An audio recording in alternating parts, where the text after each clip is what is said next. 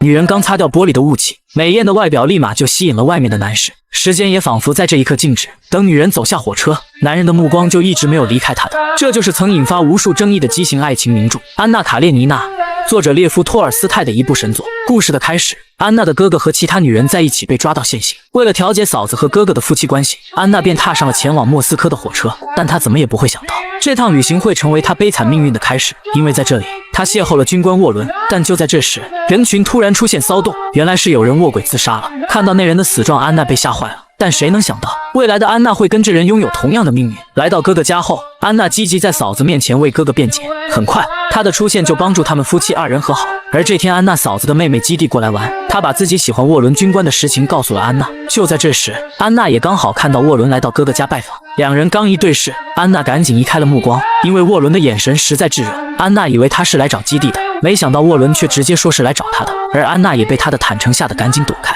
因为她现在有丈夫有孩子，不想让这样的男人打扰到她的生活。但她越想躲的时候，缘分越会把他们拉到一起。基地这时找到安娜，让她参加今晚举办的舞会，因为基地觉得沃伦今晚会向她求婚。本想推辞的安娜听到还有这样话，这才勉强的答应。晚会上，基地打扮得特别漂亮，就等着今晚沃伦跟她求婚。他们一起跳了第一支四方舞，接下来的华尔兹将是最适合求婚的舞蹈。基地先开口邀请了沃伦，在等待的期间，他还拒绝了不少追求他的男士。但就在这时，安娜华丽的亮相了，她优雅美丽的气质瞬间吸引了在场所有人的目光。沃伦看到以后赶紧过去搭讪，他想邀请安娜跳接下来的华尔兹，但安娜拒绝了。这一幕也被基地和朋友看到，朋友感觉接下来的华尔兹沃伦不会邀请基地，但基地却天真的认为自己已经和沃伦约好了。就在舞曲响起来的刹那，沃伦也不管安娜会不会拒绝，强行拉着她就进入了舞池。而基地看到以后根本无法接受这个结果，难道自己还不如一个已婚的女人？而安娜此时已经被沃伦的舞步惊叹，两人忘我的在舞池中央舞动，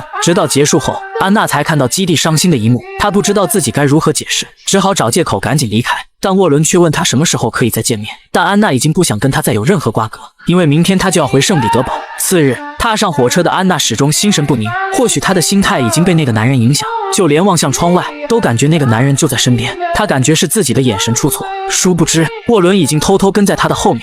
从没见过这么执着的男人。为了安娜这个有夫之妇，沃伦从莫斯科一路跟随她来到圣彼得堡，直到安娜投入丈夫的怀抱，但沃伦依旧不死心的上去搭讪。安娜非常不自然的跟丈夫介绍沃伦。为了摆脱沃伦的纠缠，安娜想带着丈夫尽快离开，但沃伦哪会轻易的放弃，继续追问可不可以去她家拜访。没想到丈夫却大方的答应。刚回到家，安娜就跟自己的儿子打闹在一起。虽然住在这栋大房子内，但安娜并不幸福，因为丈夫是一个事业心极强的男人。虽然结婚8年，但他们的夫妻生活几乎没有，这让身为妻子的安娜多少有点怨言。到了晚上，她刚想拉上窗帘休息，却突然发现沃伦就在楼下看着她。安娜只是回了个头，就发现沃伦已经不见了。她还以为是自己出现了幻觉。次日，安娜来听音乐会，没想到沃伦正拿着望远镜偷看她。这次沃伦找来了自己的表姐帮忙，希望能让她追到安娜。音乐会结束以后，安娜刚想离开，却突然发现帮她穿衣服的人换成了沃伦，这可把她吓了一跳，因为自己的丈夫就在旁边。安娜希望他不要再缠着自己，因为她已经是一个有夫之妇。但沃伦哪会因为她的3言2语就放弃，没给她继续说话的机会就离开了。回到别墅后，安娜本来想陪儿子待会，但沃伦的身影总是出现在她的脑海，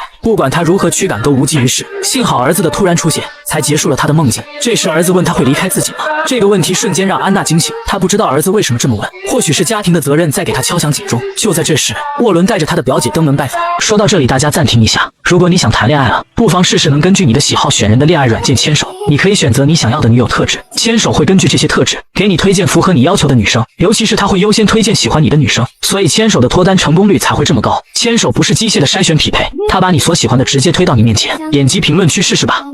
这让安娜的内心非常慌乱，但有丈夫在这，她也只能假装镇定。这次见面结束以后，沃伦更加坚定了追求安娜的决心，因为从没有任何一个女人让他这么心动过。又过了几天，安娜和丈夫又来听音乐会，她这次特地留意了上次的座位，但让她意外的是，沃伦这次并没有来，这让安娜有点奇怪，因为每次她来这里，沃伦肯定也在。她频繁地看向那个座位，不知道是庆幸还是失望。总之，整场音乐会她都心不在焉，就连退场的时候，她也在东张西望。沃伦的表姐故意问她在找什么，安娜赶紧解释，但表姐怎会不知道她的想法，故意说她和沃伦的行为有点可耻，因为很多人在私下已经开始议论，自从上次在莫斯科的舞会上，安娜抢走基地的舞伴沃伦，她和沃伦的关系已经不明不白。再加上这次沃伦又是为了安娜跑到圣彼得堡，这让她在莫斯科服役的军营非常不满。表姐希望安娜可以劝劝沃伦赶紧回到军营，并且表示明天会把沃伦叫去她家。希望安娜到时候可以过去一起劝沃伦。安娜本不想去，没想到表姐竟然说除非她是喜欢沃伦，不然怎么会不舍得他走。不知道这个激将法对不对安娜管用，因为这是沃伦想出的主意，目的就是把安娜引诱过来，好给他们单独相处的机会，就是不知道安娜会不会上钩。女人偷偷来到舞会见她的追求者，没成想丈夫紧跟她的脚步也来到这里。虽然没发现妻子有什么异常，但和一个男人聊天多少让他有点嫉妒。刚想带着妻子离开这里，没想到安娜却撒谎说跟舞会女主人有事谈谈。无奈丈夫只好自己离开，这让一旁的沃伦心里乐开了花。晚上丈夫独自闻着妻子睡衣的味道，或许他已经知道了妻子和那个男人的关系。而此时的安娜正准备回家，但沃伦依旧在倾诉着对她说不完的爱意。刚准备亲上去，安娜赶紧适可而止地离开了。刚到家，丈夫就想跟她谈谈，但安娜以太累为由拒绝了。丈夫不死心跟着她来到房间，安娜却自顾自地忙自己的，根本不搭理他。实在忍无可忍的丈夫开始指责她，希望她跟沃伦断绝交往，因为他们两人的丑事已经被外人知晓，这让她感觉到非常丢人。但安娜不仅没有认识到自己的错误，还指责丈夫根本不关心她，而她在乎的只有自己的名誉和事业。眼看安娜开始胡搅蛮缠，丈夫只好妥协，不再谈论此事。他们夫妻的这次争吵多少让安娜收敛了一些。最近一段时间她都在家陪孩子，但沃伦已经等不及的想见她，于是派人送了一封信过来，说自己要离开圣彼得堡，希望能跟安娜见最后一面。看完信后，安娜直接扔进了火炉，让仆人告诉对方没有回信。本来安娜想跟沃伦断绝关系，但她做完这个决定后，内心就开始不断的回想跟沃伦相识的点点滴滴，直到丈夫喊她帮忙拿本书，这才把安娜带回了现实。正当她准备拿书的时候，整个屋子的钟声都响了起来，这说明沃伦也快要离开了。安娜的内心开始慌乱起来，一面幻想着儿子不要丢下她，一面又想去见沃伦最后一面。最终她的欲望战胜了理智，顾不上儿子异样的眼神，她快速地冲了出去。现在的安娜已经什么都不在乎，只想尽快地见到沃伦。当她敲响房门的那一刻，沃伦才慢悠悠地出来，因为他要离开这里是假的，而目的就是激发安娜内心隐藏着对他的爱意。果然这个方法奏效了，此时的安娜已经不顾一切地送上了门，两人也水到渠成地在一起了。清醒过来后，安娜才感觉到后悔，她想赶紧穿衣服离开这里，但她越是着急，沃伦就对她越是温柔，这也彻底俘获了安娜的芳心。她现在感觉沃伦就是她的一切，安娜的理智再一次淹没在两人的爱意中。就这样，两人开启了长期没羞没臊的生活。看不见沃伦的时候，安娜会出神地想他，丈夫也看出了妻子的异常，但他并没有说什么。这天，安娜发现自己怀孕了，她第一时间就把这个好消息告诉了沃伦，而沃伦听到以后突然迟疑了一下，等了许久他才说这样更好，因为他想安娜离开那个家，这样他们就不用再偷偷摸摸，因为他要娶安娜。但仔细想想，安娜觉得这个想法不太可能，因为她的丈夫最在乎的就是名誉，肯定不会答应。妻子怀孕了，可孩子却不是丈夫的。对于安娜的背叛，丈夫本想睁只眼闭只眼，可就在刚刚，他们去观看骑兵赛马的时候，沃伦不小心从马背上摔了下来，安娜竟然不顾众人异样的眼神，表现出非常关切的模样，这让她的丈夫在众人面前丢尽了颜面。这下所有人都知道安娜和沃伦的关系不一般，可安娜才不在乎这些，她只想知道沃伦有没有受伤。而此时的沃伦倒没什么大事，只是与他相濡以沫的战马伤势过重，已经站不起来。沃伦却果断选择结束战马的生命，这让在一旁观看的安娜也有一种兔死狗烹的感觉。也许将来的自己也会像这匹战马一样，在没有价值的时候被沃伦抛弃。丈夫实在看不下去了，只好带她赶紧离开这个丢尽脸面的地方。回去以后，卡列宁希望安娜以后不要再这样做。他虽然不在乎安娜和沃伦的关系，但至少在人多的时候顾及她的名声。但安娜却说自己做不到，因为她爱沃伦，而且她现在越来越受不了卡列宁。说完就要去找沃伦。卡列宁被安娜气得心脏病差点犯了，但他却依旧选择忍让。来到沃伦的住处后，安娜非常心疼地问他有没有受伤，但沃伦现在就想知道卡列宁会不会跟他离婚，因为这样的事放在任何一个男人的头上都无法接受。当然，沃伦更希望卡列宁向他提出决斗，这样他就可以光明正大地杀死卡列宁，而安娜他们也就不用再偷偷摸摸地相处。现在不管眼前这个男人说什么，安娜都对他爱得死心塌地。回去以后，安娜就开始收拾自己的行李，她要带着自己的儿子搬到沃伦那去住。面对已经疯狂的妻子，卡列宁及时拦住了他。他表示儿子不会让他带走的，而他自己也希望这段婚姻继续下去。现在给他两个选择，一个是他放弃儿子自己去找沃伦，另一个就是继续这段名存实亡的婚姻。如果选择留下，那他就可以继续跟沃伦偷偷交往，当然前提是不能让外人说三道四。卡列宁已经做出了最大的让步，面对这样诱人的条件，安娜答应了。几个月后，安娜的肚子已经非常大，过不了多久她就要生了。就在这天，沃伦突然来到了安娜的家里，刚一进门，他就碰到了卡列宁。不过卡列宁并没有说什么就离开了。现在的安娜真的是大胆，已经完全不顾及卡列宁的感受。到了晚上，卡列宁突然闯进安娜的房间，直接取走了她和沃伦的信件。安娜大着肚子刚想阻止，却被卡列宁推到一边。他这次是真的生气了，因为安娜当初答应他不会制造丑闻，但是现在却公然把沃伦叫到他的家里，这让所有的仆人怎么看他这个主人？而且这个消息很快就会被外人知晓。现在卡列宁准备拿着这些信件起诉离婚，这次他一定要让安娜付出代价。妻子即将临盆，可丈夫竟然在起诉离婚，因为即将出生的孩子不是他的，而真正的亲生父亲沃伦此时竟胆大包天的在他的家中。忍无可忍的卡列宁这次动了真格，他要和安娜离婚。因为当时的时代背景，要想离婚有2种方案，一种是和平解除婚姻，另一种则是认为对方有罪。如果真的第2种成立的话，那安娜以后将不能再婚。接着卡列宁拿出妻子和沃伦的信件，这些足以证明妻子背叛了他。为了惩戒安娜，卡列宁果断选择了第2种方案。可就在此时，安娜出现了难产的症状，接生婆赶紧让人去找医生。可安娜却想先把这个消息发电报告诉卡列宁，就说自己难产快不行了，让他赶紧回来。而外面的沃伦知道这个情况后也很焦急，他本想跟卡列宁和安娜的儿子交流，没想到小孩根本不给他面子。许久后，通过医生的努力，安娜的女儿降生了。但不幸的是，安娜因为失血过多，可能快撑不住了，于是她给自己的女儿起名安娜，这代表着一个安娜即将死去，而另一个安娜也就此重生。此时身在莫斯科的卡列宁还没收到电报，就遇到了安娜的哥哥。对方本想让卡列宁帮他在顶头上司面前美言几句，但卡列宁告诉他无能为力，因为他要和安娜离婚了。这个消息让安娜的哥哥措手不及，因为他的事业一直靠着卡列宁帮助，如果妹妹和他离婚了，自己要靠谁？于是他死皮赖脸的非要把卡列宁拉到他家。两人刚走，安娜的电报就到了。酒店大堂经理急忙追出来，可已经不见了卡列宁的身影。到家以后，哥哥赶紧喊来自己的妻子，想让他劝劝卡列宁，千万不能让妹妹和他离婚，不然自己的事业将受到前所未有的打击。而妻子了解完整个事件的经过后，虽然不为自己的丈夫考虑，但她也不希望安娜离婚，于是她苦口婆心地劝卡列宁冷静，希望他能给安娜一个改过自新的机会。可不管对方说什么，卡列宁已经做出了决定，他必须和安娜离婚，因为安娜是不会离开沃伦的。说完他就离开了。刚到酒店，经理就喊住了他。当他接过电报，看到里面的内容，赶紧坐火车就回到了家。这说明他的内心还是非常在乎安娜的。可是刚一进门，他就看到了沃伦，而沃伦请求他让自己留下来，因为医生说安娜快不行了。卡列宁并没有说话，直接就来到了房间，看着虚弱的安娜，卡列宁并没有责备他，而是心疼地看着自己的妻子。对于这个多次忍让自己的男人，安娜在临死之前也感觉到了他的温暖。趁着现在还能说话，她希望丈夫能原谅她的过错。在她的心中，其实也一直爱着卡列宁。听到这里，卡列宁终于绷不住了，他流下了脆弱的眼泪。而沃伦在一边听着也不敢有任何不满。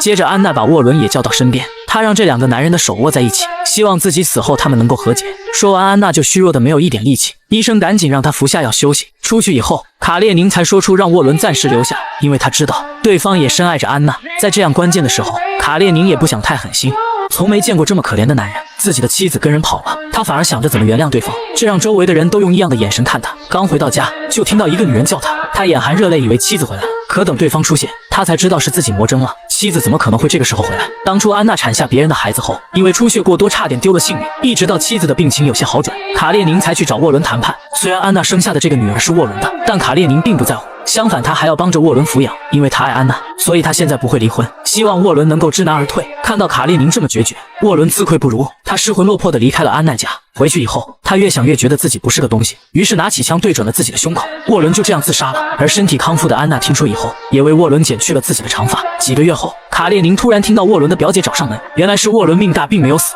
如今伤好以后就要去前线了。表姐希望安娜可以去见沃伦一面，但安娜此时觉得这样对不起丈夫，因为卡列宁对她真的是太好了，她实在不忍心再次对不起丈夫。听到这里，卡列宁走进房间，这才让表姐赶紧终止了交谈。临走前，她故意按了一下安娜的手，希望她可以好好考虑一下，但安娜不仅没有同意，反而叫住表姐。她不想瞒着丈夫任何事，趁当事人在场，她说沃伦想要来拜访，所以为了不让丈夫多心，她当面拒绝了跟沃伦的会面。等表姐走后，卡列宁还以为安娜开始在乎他了，没想到事情恰恰相反。在2人单独相处的时候，安娜还是非常讨厌他。这天，安娜的哥哥过来看她，没想到这时候的安娜突然情绪爆发，她告诉自己的哥哥，现在她非常讨厌卡列宁，认为丈夫对她好是一个牢笼，如果自己有一点对不起卡列宁，就会受到良心的谴责，这样的日子她受够了。所以安娜最终决定跟卡列宁离婚。看着自己的妹妹这么痛苦，哥哥只好去跟卡列宁谈谈。本来一开始卡列宁并不同意离婚，但又一想这样只会搞得2个人都痛苦，无奈的卡列宁最终答应了安娜的请求。为了让安娜未来有一个完美的生活，卡列宁又做出了一个让步，他把这次婚姻的过错全揽在自己一个人身上。这样的话，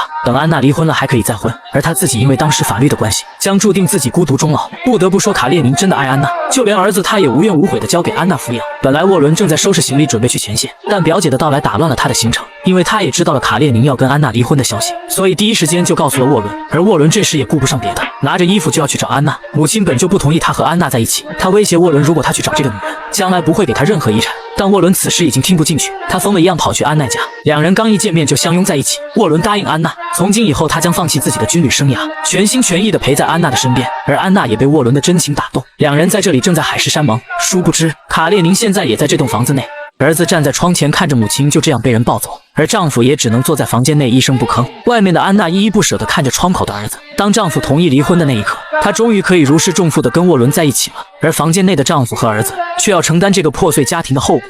不久后，安娜抱着女儿和沃伦来到意大利生活。虽然在这里度过一段美好的时光，但当初的沃伦毕竟为了安娜放弃了军旅生涯。如今看到军队在这里路过，他不禁开始羡慕起当初的生活。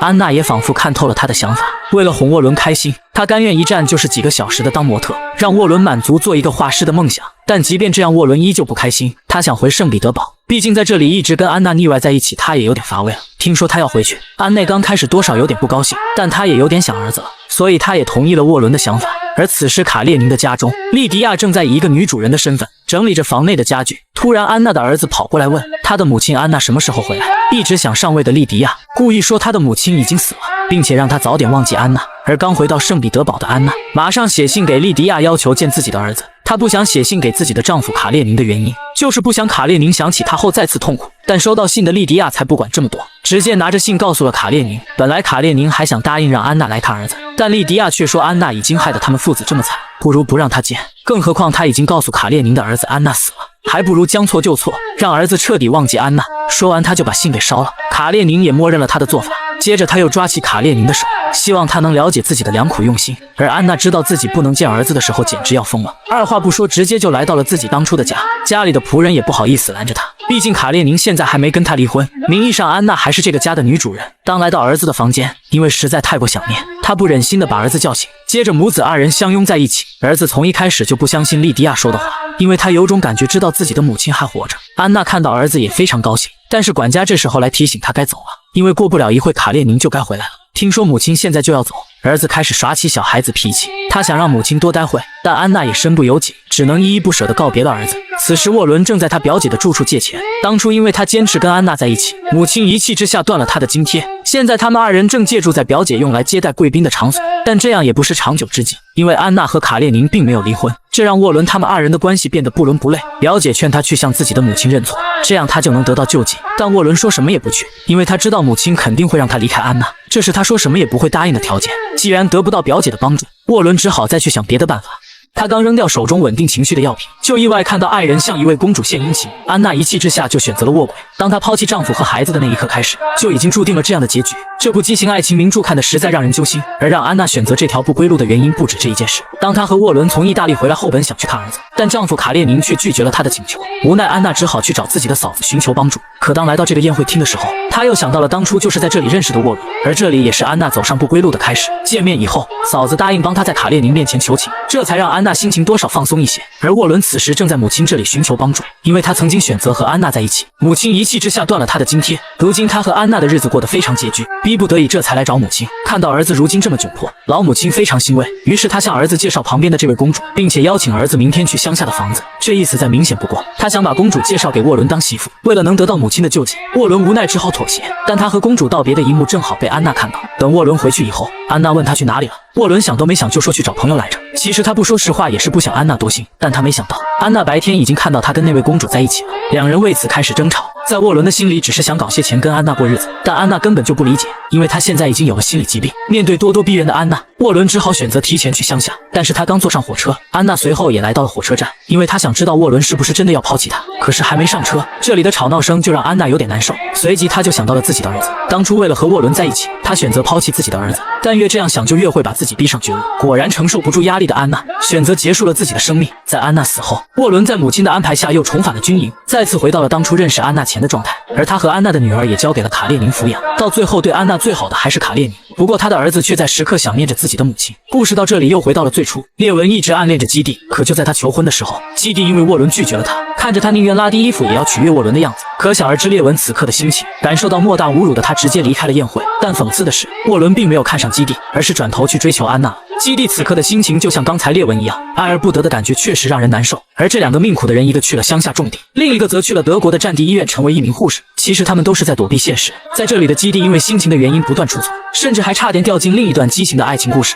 女孩不小心把热汤洒在伤员的脚上，正准备为烫伤对方道歉的时候，没想到人家直接掀开了毯子，原来战争早已夺去了她的双腿。初次来到这里的基地被吓得愣在当场，幸好同事过来解围，基地才避免了尴尬。通过这次的小插曲，基地也认识了这位曾经作战勇猛的士兵。他问对方这么好的天气为什么不出去走走，这一下又戳到人家的痛点。不过基地早有准备，他已经借来了一个轮椅。在接下来的日子里，基地时常会推着布雷纳出去散心，在这期间两人慢慢相识，而基地也成了他的专属护士。但是这天布雷纳突然说自己的妻子来了，基地感觉这是好事，正要去喊他的妻子过来，没想到布雷纳突然拽住他。他希望基地可以帮忙支走妻子，因为他不想以这个鬼样子见他，不然妻子肯定会以他为耻。基地看他这么坚持，这才答应去帮这个忙。但在接下来的日子里，由于基地无微不至的照顾，让布雷纳产生误解，开始慢慢的喜欢他。就连基地为别人包扎伤口，布雷纳都会吃醋。更加纠结的是，他马上就要离开这里了，但临走前，他向基地表白了，说自己继承了一份产业，即便他的双腿不能行走，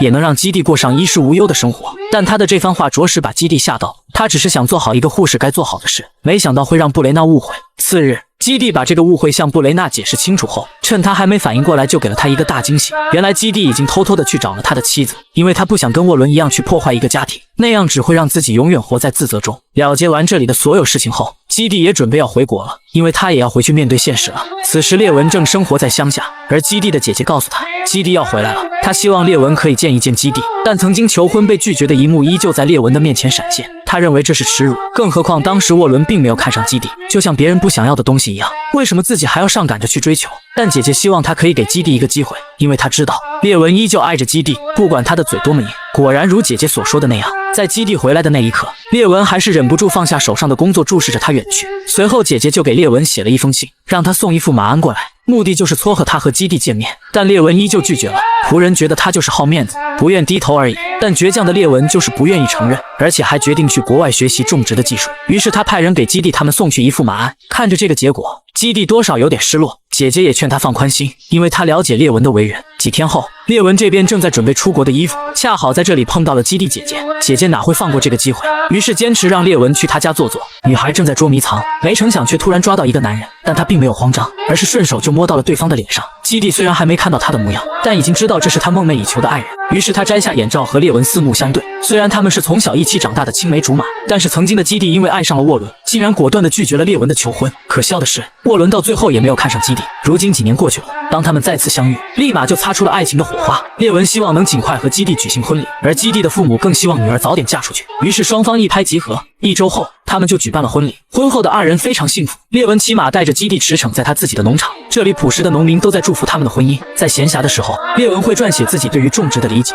他想出一本自己的书，而基地则在一边陪伴着丈夫。但就在这时，列文收到一封信，信中提到他的亲哥哥病了，并且让他尽快过去见最后一面。不过他并没有把这封信的内容告诉基地，而是自己一个人来到莫斯科。因为父母去世后，哥哥独自来到外面生活，但没有收入的他只能住在环境恶劣的地方。列文刚进到房间，就被里面的气味熏到了，而哥哥看到列文到访也很诧异，即便他已经病得开始吐血，也从没有求过弟弟任何事，因为他觉得自己没有当好一个哥哥。他不理解为什么列文会突然过来，于是他看向自己的女人，这才知道是他写信告诉的列文，气得哥哥直接让他滚出去。列文也知道哥哥的倔脾气，于是想放下些钱让他去看医生，但是哥哥连看都不看，无奈列文只好离开。可是刚出门就碰上了基地，原来基地不放心他，这才跟了过来。当他知道是列文的哥哥病了，于是不顾房间难闻的气味，开始收拾起里面的卫生，因为她要帮丈夫负责起照顾哥哥的责任。看到妻子这么通情达理，列文感动的说不出一句话。但此时的哥哥已经病入膏肓，临死前他想得到列文的原谅，因为当初他不该抛下弟弟独自离开，而列文也通过眼神告诉他，他一直爱着自己的哥哥。1年后，基地即将临盆，而列文则在外面焦急的等待，他怕基地出事。听着里面撕心裂肺的喊叫声，外面的列文也同样难过。不过好在